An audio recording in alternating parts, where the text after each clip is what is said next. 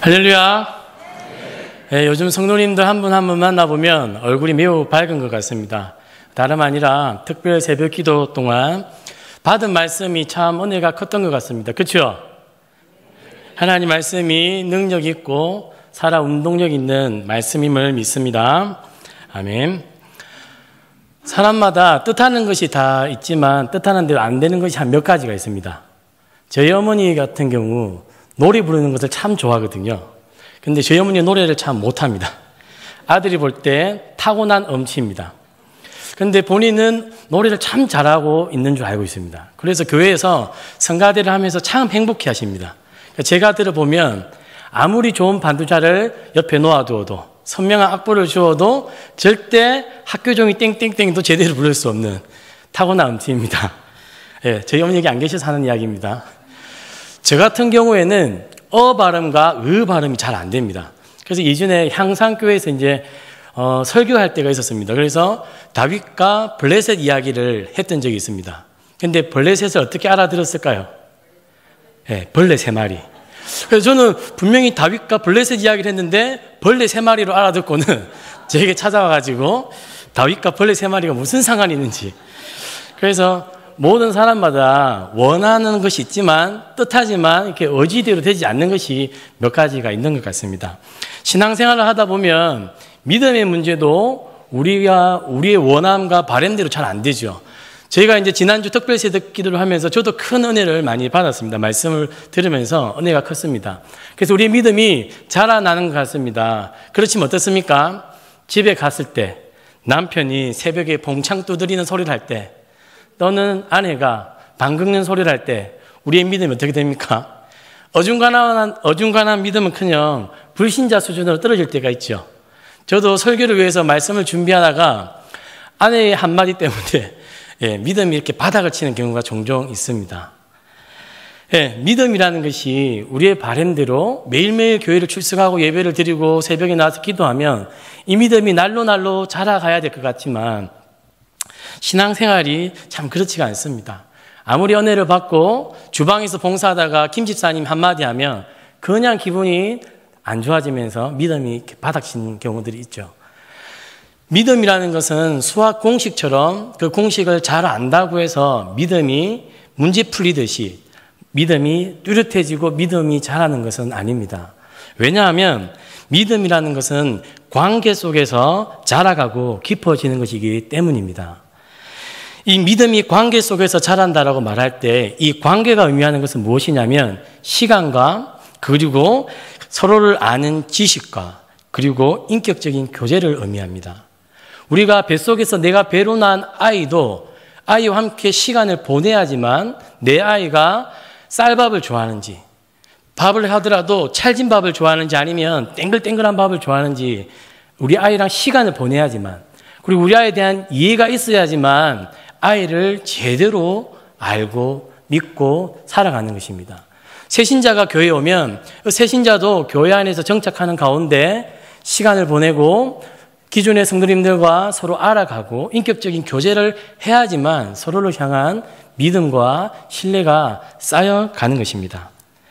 아브라함이 하나님을 처음 믿고 갈대아 우르에서 하란으로 떠납니다. 그리고 하란에서 다시 가나안으로 떠날 때 그때의 믿음과 가나안에 도착해서 가뭄이 생겨서 애굽으로 내려가야 할 때 그때의 믿음과 그리고 창세기 마지막쯤에 모리아산에서 아브라함이 이삭을 하나님께 바칠 때 그 믿음의 수준은 같을까요? 다를까요? 다르다는 것입니다. 왜냐하면 아브라함 역시 시간이 지나면서 여러 사건들을 경험하면서 하나님이 누구신지에 대한 지식이 생기면서 하나님을 향한 믿음과 그 관계가 깊어져 갔던 것입니다. 우리 역시 갑자기 믿음이 좋아지거나 믿음이 확고해지지 않습니다. 어떤 사건을 통해서 어떤 시간들을 통해서 그리고 매일마다 쌓이는 이 말씀의 은혜들을 통해서 어느새 우리도 모르는 사이에 우리의 믿음이 어떻습니까? 조금씩 자라나는 것입니다. 은혜 가운데 성령님은 우리를 하나님과 깊은 관계 속으로 초대하시고 우리의 믿음이 자라가도록 하십니다. 문제는 그 믿음의 믿음이 자라가는 그 인생의 여정길 동안에 우리의 믿음이 늘 좋지만은 않다는 것입니다. 때로는 우리의 믿음이 바닥을 치기도 하고 의심을 품기도 하며 끝없이 떨어지는 것만 같을 때가 있다는 것입니다. 심지어 지난주 특별 새벽기도 동안 말씀의 은혜를 받았더라도 이번 한 주를 시작하면서 그 믿음이 다시 후퇴하는 듯한 느낌을 받았을 경우도 우리 성도님들도 있을 것입니다. 오늘 본문에 보면 아브라함 역시 하나님을 이제 만나오면서 하나님을 향한 믿음이 깊어져 가다가 오늘 이 본문을 보면 아브라함의 믿음이 흔들리는, 하나님을 향한 믿음이 불안해지는, 뭔가 두려움 가운데 하나님을 내가 믿는 것이 지금 잘하고 있는 것인가 의혹이 드는 시점에 오늘 하나님께서 아브라함에게 찾아오는 이야기입니다. 오늘 1절에 보니까 이후에 앞장 14장과 13장에 보면 어떤 사건이 있었습니다. 어떤 사건이 있었습니까? 가나안 땅에 소돔과 고모라 땅에 그동안 소돔과 고모라에 살고 있는 지역 토착왕들이 뭔가 10몇 년 동안 조공을 바쳤던 나라가 있었습니다. 더 힘센 제국에. 근데 조공을 바치지 않기로 결정하는 순간 조공을 받던 나라가 이 가나안 땅에 들어와서 전쟁을 일으킵니다. 근데 그 전쟁 마지막 말미쯤에 조카 롯을 잡아갑니다. 그래서 아브라함이 그 조카 롯과 재산을 구하기 위해서 추격전을 벌이고 그 조카 롯을 데려오는 상황이 있었습니다. 오늘 아브라함은 분명히 하나님께서 가나안 땅은 적과 꾸려는 약속의 땅으로 아브라함을 부르셨죠. 그런데 아브라함이 이 가나안 땅에 도착하자마자 어떤 일들이 있었습니까? 창세기 12장에 가뭄이 있었습니다. 그래서 애굽으로 내려가서 자기 아내를 누이라 속이며 참 쪽팔리는 일들이 있었습니다. 그리고 오늘 14장에서는 약속의 땅인 가나안인 한복판에서 전쟁이 벌어지는 것이죠. 그래서 오늘 아브라함은 이런 의문이 하나님께 들었을 수 있습니다. 정말 이 가나안 땅이 하나님 말씀하신 그 복의 땅, 앞으로 이 땅을 통해 복 주시겠다는 그 약속의 땅이 맞는 것인가? 이런 의문이 있습니다. 아브라함이 가나안 땅에 와서 겪는 모든 일상의 문제들이 문제가 많은 다반사였습니다. 그래서 오늘 14장에서 그 전쟁을 치른 이후 조카 롯을 데려오는 가운데 해에 벌여야 했던 그 전투 이후에 오늘 아브라함의 마음에 어떠한 심정이 있었을까요? 전투를 벌인 이후에 아브라함 마음 가운데는 한 곳에 이런 마음이 있었을 것입니다. 불안함들. 내가 이번 승리에서는 추격해서 조카 롯도 찾아오고 재산도 다 찾아오고 전쟁에서 이겼지만 원래 이 가나안 땅 주변에 이미 자리 잡고 있던 이 지역 세력들이 다시 힘을 규합해서 나를 친다면 또 한번 전쟁에서 승리할 수 있을까? 오늘 본문 14장을 보면 아브라함도 이 당시는 이제 사병을 318명이나 거느릴 만큼 제법 세력을 이루었습니다. 하지만 318명이 그리 많은 숫자는 아니죠. 그래서 아브라함은 전쟁을 치른 이후에 두려움이 있었고 불안함이 있었습니다. 언제 이들이 다시 나에게 복수를 할지, 이런 일이 반복하여 생길지 두려움이 있었던 것이죠. 그리고 아브라함이 느꼈던 힘든 문제는 또 하나 있습니다. 무엇입니까? 아직까지 자식이 없다는 것입니다. 그동안 조카 롯을 자기가 품에 두고 자기 곁에 두고 있었습니다. 하지만 이제 14장, 13장에 보면 조카 롯과 함께 지낼 수 없을 만큼의 이제 재산과 가축 때문에 조카 롯에게 이제 네가 자하면 나가 우하겠다. 네가 우를 하면 내가 자하겠다 해서 조카 롯이 어디를 택해서 갔습니까? 소돔과 고모라를 택해서 갔죠. 그래서 이제는 자기 곁에 조카 롯도 떠나보내야 하는 그런 자식도 없는 자신의 처지를 실감해야 되는 상황입니다. 자기 주변에는 혈연으로 똘똘 뭉친 주변 토착 세력들이 있었습니다. 그들이 언제 자신을 위협할지 모르는 상황 가운데서 자기에게는 자기가 의지할 만한 아들 하나 없는 상황이죠. 그나마 있었던 조카 롯도 이제는 독립하겠습니다 해서 소돔과 고모라로 갔던 것이 아닙니까?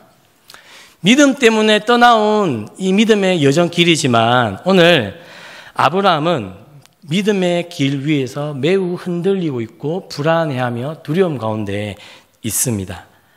공중권세 잡은 사탄은 우리가 믿음의 길 위에서 언제든지 우리를 하차시키고 우리를 그 믿음의 길 위에서 내리기 위해서 우리를 잡아먹기 위해 호시탐탐 노린다라고 되어져 있습니다. 저는 제가 이제 IBF 간사로 6년 동안 사역을 했었습니다. 이제 경기도 용인에 있던 향산교회에서 이제 사역을 하다가 전화를 받았습니다. 부산에서 IBF 대학생 사역을 위해서 간사가 필요합니다. 좀 내려와 주십시오.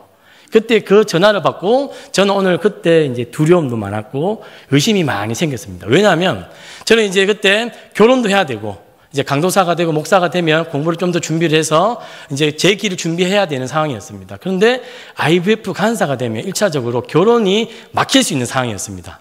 왜냐하면 저희 장인어른은 교회를 다니지 않는 신앙이 없으신 분이었거든요. 그래서 전도사가 무엇인지 겨우 설득을 했는데 이제 IBF 간사를 설득하려고 하니까 이 간사를 설명하는 것이 너무 힘들었습니다. 분명히 간사 앞에 IVF라고 영어가 붙어 있어서 국제 조직인 것 같은데 국제 글로벌 회사인데 받는 페이는 그것과 어울리지 않는 페이를 받으니까 제가 이 장인어른에게 도대체 이 IVF를 어떻게 설명해야 될까? 이 간사라고 하는 이 직업을 어떻게 설명해야 될까? 숨이 탁탁 막혀왔습니다. 그리고 주변에서 다 부산에 내려가는 것을 반대했습니다. 심지어 저희 부모님들도 IBF 간사하는 것을 반대했습니다. 그래서 간사하는 동안에 저희 아버지는 경상도 말로 이렇게 말했습니다. 많이 했다 이가 고마해라. 뭐 이거 전라도 말로 하면 고마 그 시기 했으니 고마 그 시기 하자잉. 뭐 이 정도 이야기. 저희 부모님도 항상 저한테 간사 고마 하자고 그러는 가운데 분명히 하나님의 그 믿음의 길로 출발해서 이제 IBF 간사의 길을 들어섰지만 참 간사로 계속해서 사역하는 것이 참 힘들었습니다. 두렵고 불안하고 이 길로 가다가 내 인생이 정말 잘 가고 있는 것인가 그런 생각들이 참 많이 들었습니다. 순장 모임 때 우리 순장님들과 나눔을 해보면 우리 순장님들도 집에 가면 믿지 않는 남편들의 문제로 또 믿지 않는 자녀들의 문제로 내 좋은 믿음이 있지만 집에 돌아가면 그 믿음이 자꾸만 부서지고 흔들리고 두려움 가운데 놓이는 상황들을 보게 됩니다. 오늘 그런데 1절에 여호와의 말씀이 환상 중에 아브라함에게 임하여 아브라함에게 하나님께서 이렇게 말합니다. 아브라함아 두려워하지 마라. 무서워하지 마라. 겁내지 마라. 하나님은 지금 아브라함이 어떤 상황에서 어떤 마음 때문에 지금 갈팡질팡하는지를 하나님이 너무 잘 아셨던 것입니다. 그래서 누가 그랬습니까? 사랑은 타이밍이라고. 하나님께서 적절한 타이밍에 오셔가지고 아브라함아 두려워하지 말라. 그리고 뭐라고 말씀하십니까? 내가 너의 방패고 너의 지극히 큰 상급이 나니까 주변의 토착 세력들 때문에 여러 상황 때문에 두려워하지 말아라고 이야기합니다. 그런데 오늘 2절을 보면 하나님께서 두려워하지 말아라고 하는 그 하나님의 위로가 아브라함에게는 별로 만족스럽지 못한 것 같습니다. 오늘 아브라함이 이르되 주 여호와여 무엇을 내게 주시려 하나이까? 이 아브라함의 지금 뉘앙스는 어떠냐면 하나님 제발 말로만 그러지 마십시오. 지난번에 12장에서도 그랬고 하란에서도 그랬고 하나님 나한테 약속하신 것이 많은데 약속 때문에 지금 가나안 땅에 왔더니 가뭄이 있고 전쟁이 있고 심지어 아들도 없는 상황에서 하나님 왜 자꾸 나한테 무슨 지극히 큰 상급이고 복 주신다라고 말하는 것입니까? 오늘 아브라함의 뉘앙스는 그렇습니다. 그리고 아브라함이 이어서 뭐라고 말합니까? 나는 자식이 없사오니 나의 상속자는 이 다메섹 사람 엘리에셀이니이다. 이게 무슨 말입니까?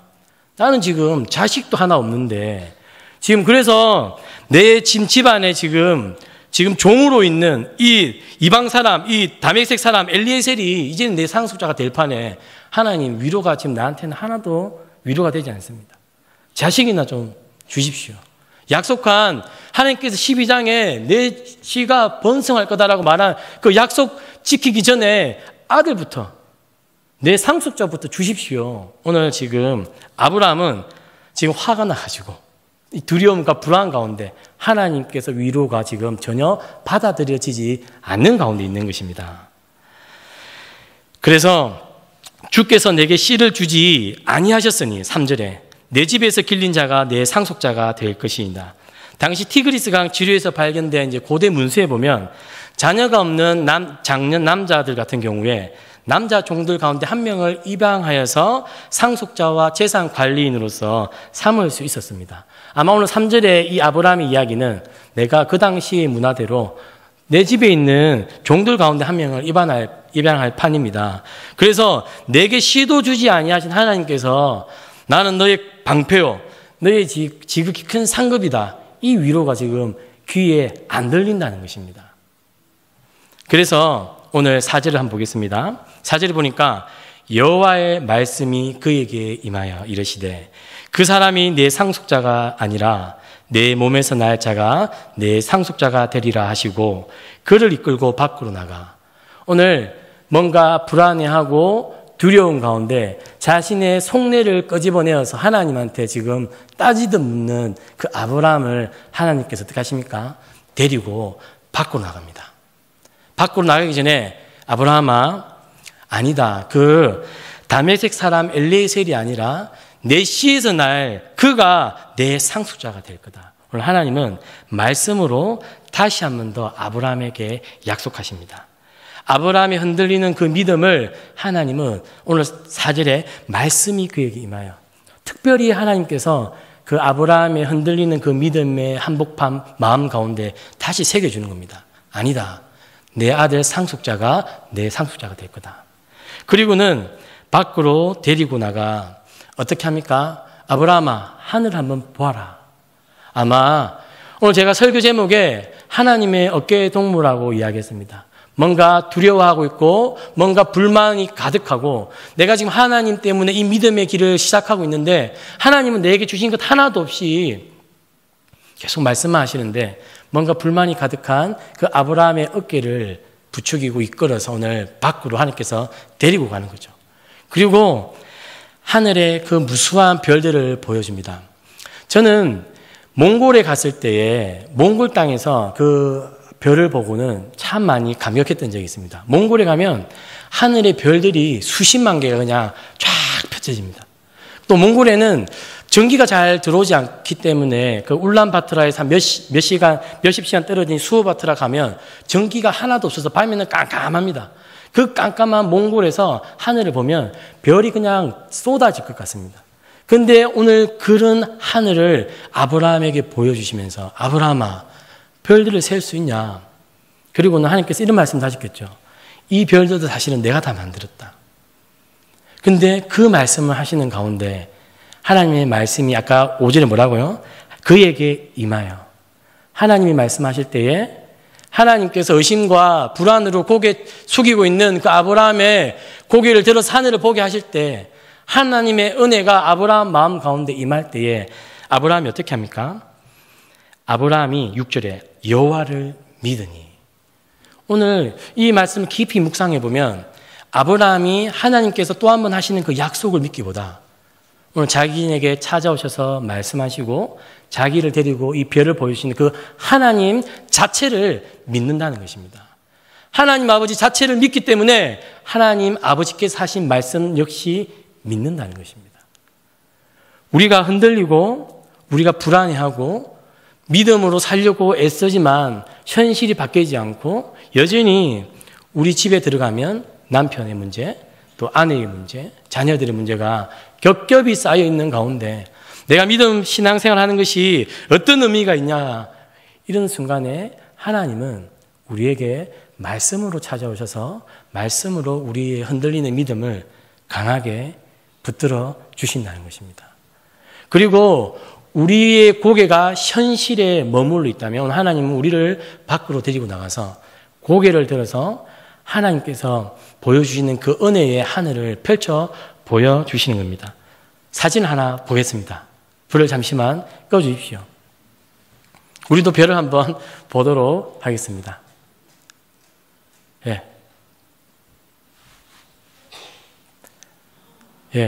멋지죠? 그러나 고대 근동시대에는 저 하늘에 더 많은 별들이 반짝였을 겁니다. 하나님은 저 별들을 보면서 아브라함아, 지금 자녀 한 명 때문에, 아들 한 명 때문에 속상해하고 있냐? 걱정하지 마라. 저 하늘에 반짝이는 별들 다 내가 만들었다. 셀 수 있냐? 걱정하지 마라. 내 자녀가 저 하늘의 별과 같을 것이다. 불을 켜주십시오. 하나님께서 그렇게 아브라함을 위로하시고 찾아오시고 흔들리는 아브라함의 믿음을 붙잡아 주셨다는 것입니다. 믿음을 우리가 아무리 애써 강하게 하고 믿음을 애써 우리가 이렇게 세우려고 의지를 가지고 노력하지만 엄치가 아무리 노력해도 노래를 잘 못 부르듯이 하나님이 우리를 붙드시지 않으면, 하나님의 말씀이 우리에게 임하지 않으면 우리의 믿음은 자랄 수 없습니다. 그러나 오늘 하나님의 말씀이 그에게 임했더니, 하나님께서 그의 고개를 들어 하늘을 보게 했더니 아브라함의 섭섭했던 마음, 아브라함의 흔들렸던 그 불안했던 마음들이 어떻게 됩니까? 다시 믿음이 회복되어져 가는 것입니다. 믿음은 우리의 노력에 의한 것이 아니라 하나님의 은혜가 임할 때에만 우리의 믿음이 자라나는 것입니다. 그 은혜가 저와 오늘 성도님들에게 임해야 합니다. 아브라함의 믿음이 흔들릴 그때에, 우리의 믿음이 흔들릴 그때에 하나님은 우리의 그런 모습들을 방관하시는 분이 아니라 오늘 찾아오십니다. 그리고 말씀하십니다. 두려워하지 마라. 내가 내 방패고 내가 너의 지극히 큰 상급이다. 지금 내 상황, 내 가족들, 내 남편의 문제, 내 재산의 문제, 직업의 문제 걱정하지 마라. 이거 다 내가 만든 거다. 하나님 우리에게 그렇게 말씀하십니다. 우리의 현실에서 우리를 이끌고 나오셔서 눈을 들어 하나님 나라의 비전을 보여주십니다. 그때에 우리의 부족한 믿음에 은혜가 더하여집니다. 우리가 부족한 믿음을 가지고 있더라도 낙심하지 않았으면 좋겠습니다. 분명히 특별 새벽 기도를 통해 말씀의 은혜를 받았는데도 여전히 내 믿음이 그 자리에 머물고 있다고 해서 낙심하지 않았으면 좋겠습니다. 믿음이 연약할 그때에, 믿음이 흔들릴 그때에 하나님은 우리의 믿음이 없다라고 꾸짖는 분이 아니시라는 거죠. 오히려 그때에 찾아와서 두려워하지 말라. 하나님의 말씀으로 우리의 믿음을 더하여 주십니다. 그리고 6절에 보니까 아브라함이 여호와를 믿으니 여호와께서 그의 의로 여기시고, 아브라함의 뭔가 부족한 믿음, 지금 아브라함의 믿음은 이제 자라가고 있는 중이지만 그 자라가고 있는 중에 어쨌든 하나님을 신뢰하기로 했던 그의 부족한 믿음 역시 하나님께서 어떻게 하십니까? 의로 여기신다는 것이죠. 우리의 믿음이 지금 겨자씨 같고 부족하고 누가 한마디만 해도 금방 쓰러지는 우리의 믿음이지만 하나님은 그럼에도 불구하고 저는 하나님 참 좋습니다. 그래도 하나님 곁에 있겠습니다. 그래도 하나님 말씀 듣겠습니다. 기도의 자리를 지키겠습니다. 그렇게 고백하고 하나님 앞에 나아오는 우리의 작은 믿음을 의로 여기시는 분이 바로 우리 하나님이시라는 겁니다. 저는 우리가 어린이 대공원을 걸으면서 저 은행나무의 노란 단풍을 보면서 하나님의 은혜를 경험했으면 좋겠습니다. 바닥에 떨어지는 낙엽을 밟으면서도 하나님의 은혜를 경험했으면 좋겠습니다. 하나님의 은혜만이 우리를 살게 하고 우리의 믿음을 회복시킵니다. 그 하나님의 은혜가 저와 우리 성도님들 마음에 가득하기를 축복합니다.